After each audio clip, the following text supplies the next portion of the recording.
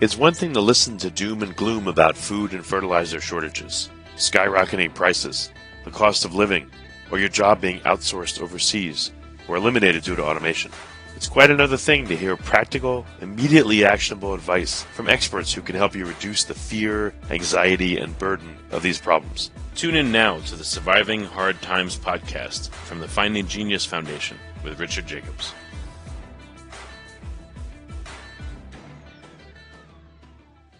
Before we begin, a note from our sponsor. I'm Richard Jacobs, Executive Director of the nonprofit Finding Genius Foundation and host of the Finding Genius podcast.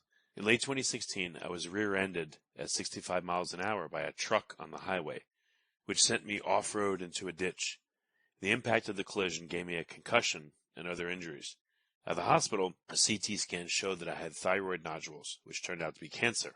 It was then, when I had a biopsy of my neck, that I realized even if I was a millionaire, I wouldn't want a second or a third biopsy due to the pain and the invasiveness of it. And appointments at that time for thyroid experts were 3 to 6 months out, and I was worried about dying now, even if that was irrational. So because of this, I've decided to raise money to conduct a literature review on steroids, on the causes of anxiety and depression, a condition that affects well over 50 million people in the United States and hundreds of millions worldwide. Our goal is to create a codex, a guide that reveals all possible treatments for anxiety and depression for people that live with the condition, or for loved ones that have it, as my wife and my son do. To find out more about our fundraiser, visit findinggeniusfoundation.org and click on Current Initiatives. And now, to our guest. Hello, this is Richard Jacobs with the Surviving Hard Times podcast, sponsored by the Finding Genius Foundation. I have Dario Chavez. He's an associate professor at University of Georgia in the Horticulture Department. And we're going to talk about, surprise, surprise, peaches, because if you know they're associated with Georgia. So, Dario, thanks for coming. Oh, thank you for inviting me. And it is a pleasure always to be able to talk about peaches. Well, tell me a bit about your background. What got you interested in peaches? Yeah, my background is kind of unique. Probably as you can hear in my accent, I actually am not originally from United States. I'm originally from Ecuador, South America. Come from a 4th-generation farming family, and we are located in the Andes, basically in the mountains. And parents used to plant, and my grandparents used to plant potatoes, corn, carrots, and other crops from the Andes. And then had some dairy cattle and beef cattle. So finally, it's funny how when you're a kid, you really don't see that. When you are living in a farm, you really don't see that as your future sometimes. Yeah, you probably want the opposite sometimes. No, well, it's just funny. You never think about it until it hits you that you actually enjoy doing it. In my senior year of high school, I decided to start applying for agricultural schools. There is a really good one in Central America and Honduras. His name is Zamorano University. So I was in Zamorano for 4 years in Honduras studying tropical and subtropical agriculture. After that, I sadly never went back to my country. I basically kept going with education and did my master's at the University of Florida in blueberry, then my PhD later on in peaches, citrus, some mandarins, and some plums. And after that, I started applying for jobs, and the position in Georgia was open, and basically it was meant to be. Well, when you do advanced study in plums and peaches and things like that, master's, PhD, what do you study? Like, what was your PhD about? Yeah, so in my master's, it was so my background is genetics, plant breeding and genetics, and for my master's, I basically was working on the southern high bush. That's the major type of blueberries grown in the southeastern U.S. And I was looking at the wild species of Basinium darwii. That is basically one of the ancestral parents of the whole southern high bush blueberry industry. So I was just trying to increase the genetic diversity from material in the wild in Florida that my advisor had collected. So I did a lot of work with that, a lot of crosses, and a lot of advanced material that is probably still going around in the breeding program, in the blueberry breeding program at the University of Florida.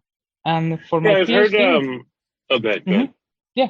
And for my PhD, I basically kind of continue in the area of wild genetics, wild species, and I worked on studying the North American plums. Funny enough, a lot of people don't know that a center of diversity for plums is actually North America.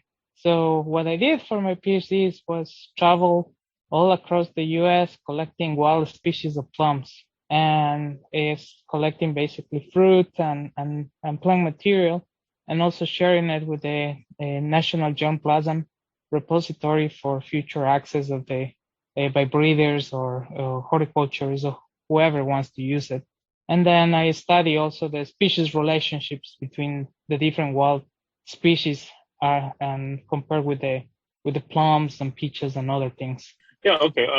From what I understand, this may be wrong, but it seems like growers will focus on just one kind of banana or peach or plum or whatever it is, and there's no diversity in what they grow, and therefore, I guess there's a lot of danger that an entire crop could be wiped out. Do you see that with peaches and plums, or is it not that case? It depends. Like you can see a lot of bottlenecks, and that's what basically we call them in the breeding and the genetics. So basically, there was a variety of cultivar that was far superior. So everybody started using it as a pairing. So you basically close or narrow your genetic base because everybody's using that material. So it does happen with other crops. And the idea is to be able to keep that genetic diversity moving. So that's why always you try to bring material from outside or the closest that you can have to a wild type, because during breeding and selection we lose certain things. Like if we're breeding or selecting for, let's say, a superior fruit size or color, maybe we're losing some of the quality traits. Those quality traits are in older varieties that, at the time, basically they were not focusing on those traits that were important.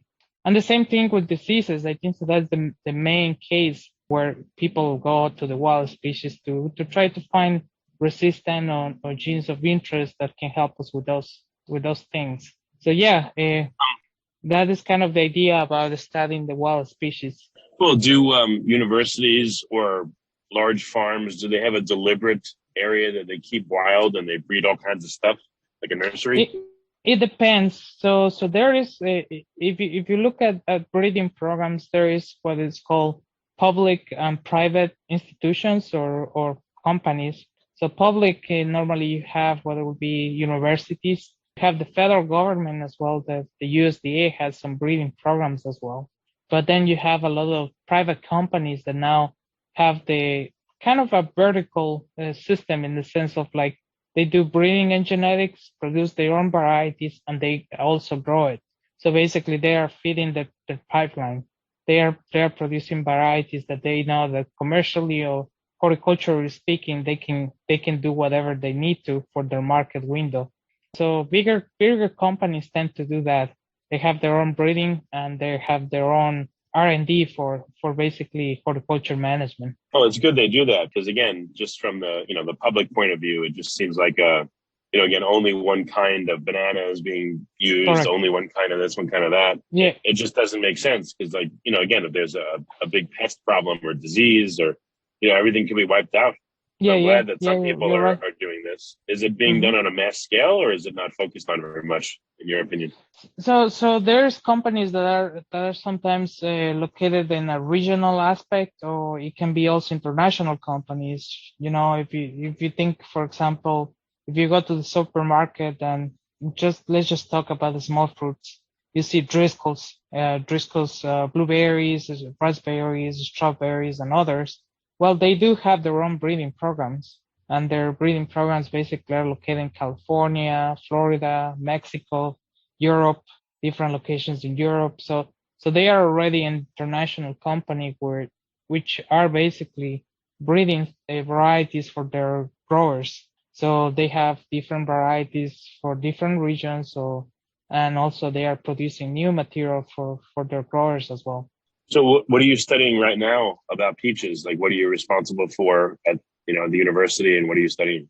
Yeah, so my position is what I call the peach specialist for the University of Georgia, and my main focus is horticulture management. I have been working a lot in irrigation and fertilization management, trying to set up updated guidelines for both of them, both fertilization and irrigation.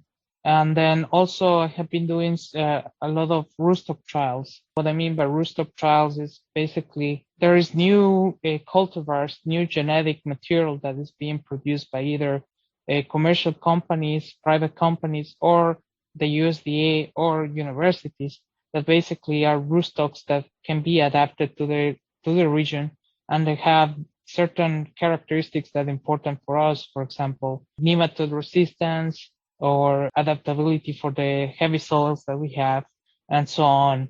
So we do a lot of those trials, looking at the new roostocks, how will they fare basically for Georgia and the southeastern U.S. In addition, I have been doing some also on studying and basically breeding and selection for materials that basically are adapted to the South Georgia and North Florida area. We have a program that has been breeding peaches for that area since the 90s, and it has been in collaboration with the University of Florida, Dr. Jose Chaparro, and the USDA with the former rooststock breeder, Tom Beckman.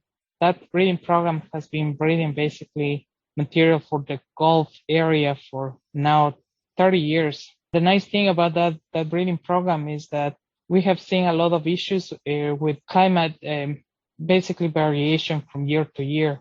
What it means is that, some winters are very hot and we don't accumulate enough chill.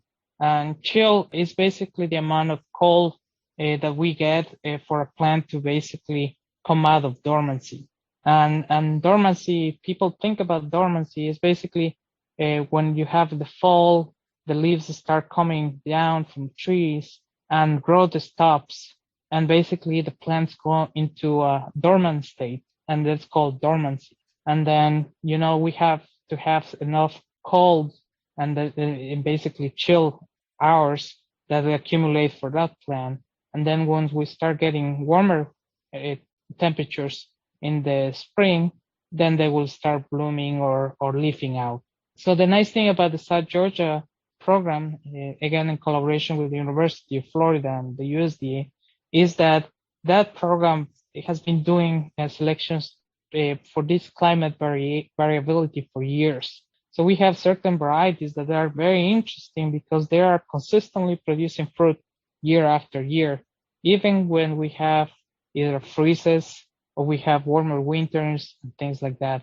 So we keep going with that effort and investing a lot of time to try to keep that breeding program going, because I believe it's currently the only breeding program in a public institution, university, that actually targets that chill requirement, that chill range of cold. What happens if the chill is shortened or it's not deep enough? What will the trees do? Yeah, so that's an interesting thing about the peaches. If you have a peach tree that is basically has, let's say, 900 chill hours, that's normally what you will need for middle Georgia, and you get 400 or 500 chill hours, and basically those trees don't bloom and even have a very hard time actually even leafing out. So chill is very important. It kind of is a reset button for a plant to come out and start growing again. How do the trees know how much chill there is? Like, do they have a molecular clock that counts up the chill hour? Correct. So once they go dormant, there's a molecular system within the plant that basically starts a light also for the period and also a temperature that tells them that basically, we're in cessation, we're getting what we need. And then once they accumulate what they need, basically the plant is just waiting for warmer temperatures. So it is two parts basically. One is the chill requirement, but also there's a heat accumulation afterwards as well. Has anyone been able to study where the clock is that, again, essentially counts the chill hours? Yeah, and how it works? So So there is a lot of studies, and actually there is a person that's doing a pretty interesting study in Wisconsin. Actually knew him from grad school. He's just trying to determine that basically how the clock works, because it sometimes if you look at it from the perspective of having a chilling requirement and heat accumulation, it's like you have two different things working against each other. Being able to select or characterize plants using both of those systems, it's kind of complicated, because if you think about it, when the chill is accumulated or is fulfilled, and when the heat requirement starts clocking in, it is kind of a gray area. But this person is actually trying to create a whole new concept, and I guess a whole new idea of how these are not disconnected. They're actually just one thing. For me, it would be difficult to explain because it's pretty new. So I'm still grappling with the idea. But if you want to provide you with information of him, you can have a really great conversation with him, to be honest with you. Sure. We'll chill out later. Yeah. Is there any way to the temperature and is a short chill season, not many hours, but the chill is very deep, or long and deep, or long and shallow, et cetera. What about temperature? How does that affect how the peach trees grow? Hey, Dario, did you hear my question? No, I didn't hear you. Can you repeat it again? Sorry. Sure. What about the temperature of the chill? So like the number of days, the number of hours is important, as you mentioned. But what about the degree of the chill? Yeah, so that's another funny question. It's a very interesting question. So there's different models that have been figured out by different researchers. So the basic one and the most known one are Weinberger models. And then those are basically below 32 to 45 degrees Fahrenheit. And then there is the modified is basically between 32 and 45. And the normal is below 45. And then there is a Utah model. The question is difficult to say it in here because I don't remember all the steps, but it basically has a heating component that it creates a negation to the chill. So if you get warmer days, it will negate the amount of chill that you are getting. And then there is a new one called the dynamic model that was proposed by Erez from Greece. And the interesting thing is that actually works pretty nice for the kind of environment that we have. So that's a new model that we're using. And the dynamic model, instead of talking about chill hours, that's the terminology that we normally use for the Weinberger model. We talk about chill portions.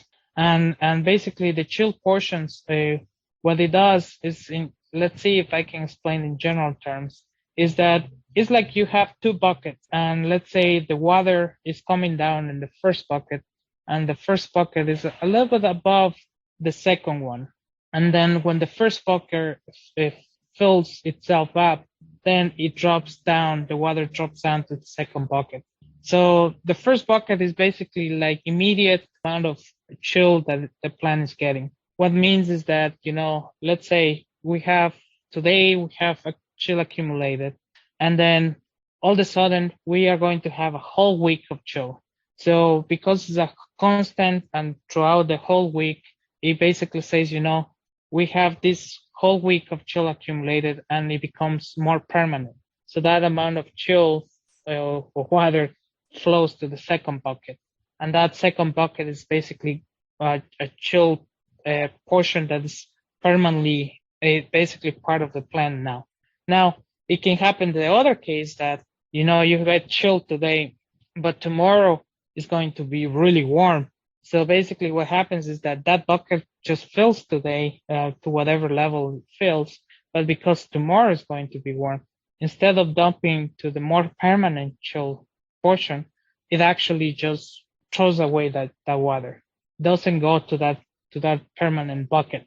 So it basically works in a kind of a sense of like, if you have a constant weather, cold, cooler climate, you get a more permanent, a better quality chill accumulation. But if you get days that you get a cold day and then tomorrow warm day, and then warm day, and then cold day, you basically know that the plant is not going truly in a cessation. And basically, well, it sounds like it resets the clock in a way. Correct. So this is a very interesting model, but the interesting thing about it is that when you compare the amount of chill portions that are supposed to be required by the variety to the amount of chill portions that you receive, and what will you see physiologically speaking in the field at the end of the season, it actually explains better than the other models. It makes more sense physiologically speaking. So California has been using it for almonds. Things that they are using it for peaches as well. We recently, almost the last 3 years, we have using it for peaches. It's South Carolina, Alabama, Georgia. I'm not sure. How predictive is it? It's pretty.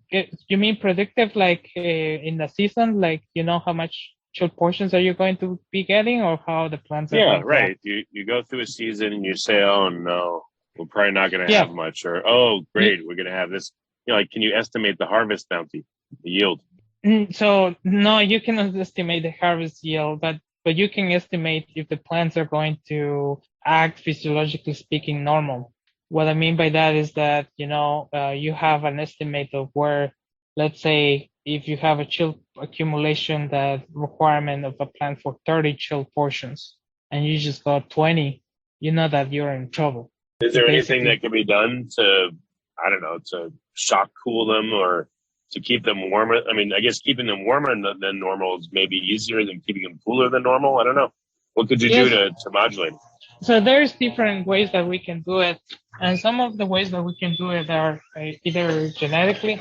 Some varieties are actually better adapted to certain conditions like that. So what we have found in the last years of lack of chill is that there's certain varieties that even when we have a year that we don't get enough chill, they will still come out of dormancy and will act pretty normal, have a good yield. And those varieties were interested because basically they are adapted to those conditions. And that is why I was saying that the South Georgia program is very interested, because we get that variation year after year. Now, there is also chemical products that can be used. Dormex is one that has been used in blueberries. It has been tried in peaches, but sadly, it is not as consistent as we would like. So sometimes we have come with a decision that basically it's better not to do anything and just let the plants come out of dormancy by themselves. And another things that we're doing is actually researching other compounds that have come up as products that will help with that.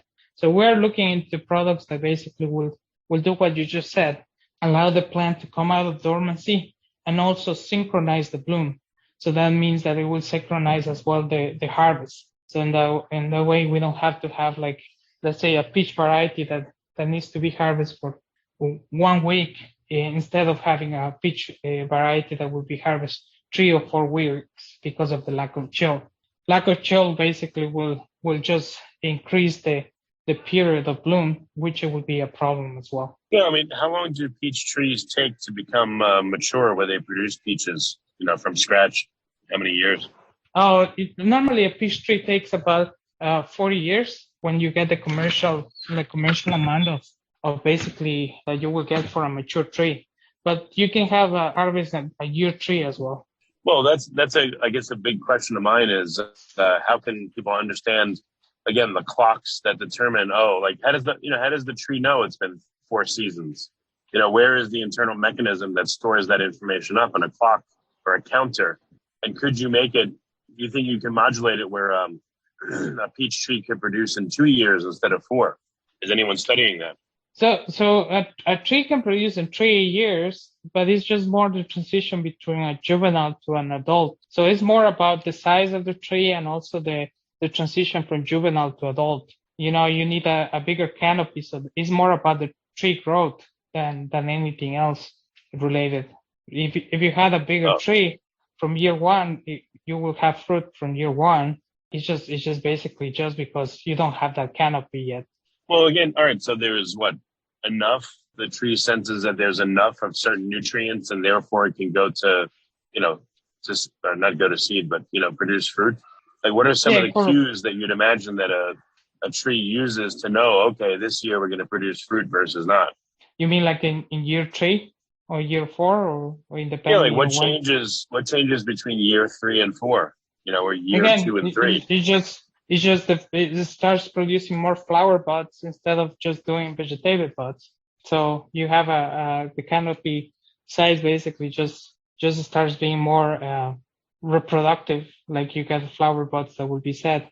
Generally speaking, you can have a crop in year 3, but you try to avoid having a large crop because you want to grow the canopy, commercially speaking.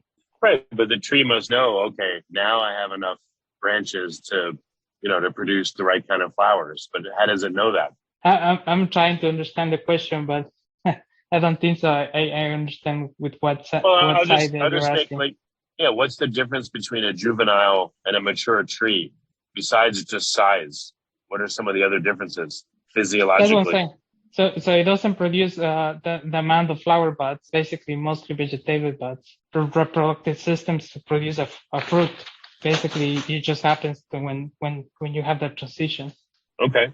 And then a couple questions on rootstocks. So are rootstocks harvested at the end of a growing season? And, what if pesticides and all these other sides are applied to it?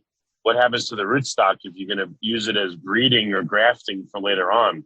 Do you have to do it before, the plants are sprayed, or have ones that never get sprayed, or it's just, the chemicals sprayed on them go along with the rootstock? So the rootstocks are basically, are you asking commercially speaking how they are produced, or? Any which way. What happens in terms of pesticide use? Yeah, so the rootstocks, if you go to the nurseries, commercial nurseries, what they do is they buy the seed or their vegetative cuttings, rooted cuttings of the rootstock, and they basically plant them in the field as if you thought about in a high density system, where the easiest, simplest comparison would be corn. You basically plant the rootstocks very close to each other, and have to do chemical management and other management as needed. For example, take care of weeds and fertilize those rootstocks, and also any insect that may damage the foliage or damage or create issues for the growth of the rootstock. So once the rootstock grows for a season, if they planted the seed, let's say this winter, that seed will germinate next year, and that seedling will grow basically until June, and in June it will be budded. So it will have enough caliper, pencil size or even more, to be able to be budded with a commercial Scion variety. And that commercial Scion variety can be whatever the growers pay for contracts for it, or it can be basically whatever they are offering in their nursery. So that Scion variety that is budded in June, those buds get basically kept and grow, so the plant can have two genetic organisms together, both the rootstock and the Scion. Now the rootstock that are selected are very region dependent, because they have certain traits that are of interest for the region. It could be like nematode resistance or fish to shore life in the case of the peaches. So if you can have 3 or 4 different rootstocks in a nursery, depending on what the growers want. Yeah, but how do you grow organic peaches if the rootstocks are all sprayed with chemicals and stuff? Well, that basically will have to be a nursery that is growing organic. So they basically will have to follow all the procedures, since the seed propagation or growth or the cuttings. So it will have to basically have all of that. Instead of using herbicides for weeds, you will have to plow the middles, and then the fertilizer source will have to basically be organic, be able to be used in an organic setting. So you can do it. It's just that you will have to be basically organic managed.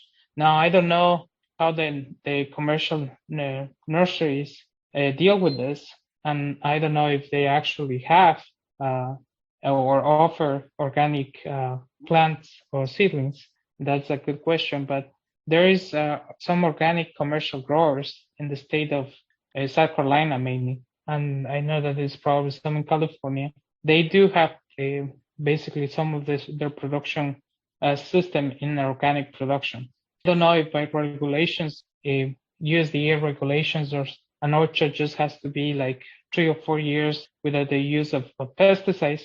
So if you know that a plantlet that you are growing is basically has been just commercially grown, but is not going to produce any fruit in 3 or 4 years, I am not sure that if you need or not an organic plantlet being propagated for you. It again is something that I don't know, but I'm just wondering that. Well, has anyone looked at the the success or uptake of rootstock grafts, for organic versus non-organic peach trees? I haven't had it hasn't been part of my objectives for my program, so I have not looked at it, and I don't know if somebody else has looked. Yeah, it's just interesting. Like if you have how long can peach trees produce peaches for? How old can they get till they? You can produce for 3 to 4 years. It will start producing, and then you can keep a tree for 13, 14 years. So what happens to the trees that are, let's say, like 10 years old? What are the peaches like versus ones that are new? It's their first year where they spit out peaches. What's the differences? Differences mainly is the yield. You will have basically a bigger amount of peaches being produced. In general, the fruit would be almost the same. There's really not a lot of differences. Has anyone tried to characterize them? I mean, and why do peach trees stop growing fruits? What happens to them when they're like 13 years old? They don't stop growing. They just die. Well, why? So the whole tree dies? Yes, the tree dies because of basically different diseases in the soil. Peaches have been produced in this region for 2, 3, 4 generations. So you are planting peaches in the same area that once were planted before. So there is a lot of replanting diseases. There's a lot of issues with health, tree health. Normally, peaches start basically going down around year 13. You start losing scaffolds because of insects and other damages, mechanical damages or different things. So it becomes not economically feasible to keep a tree that basically just producing one scaffold versus 4 or 5 scaffolds. So it makes more sense. I mean, they're aging then. The trees are aging. Otherwise, why would this happen?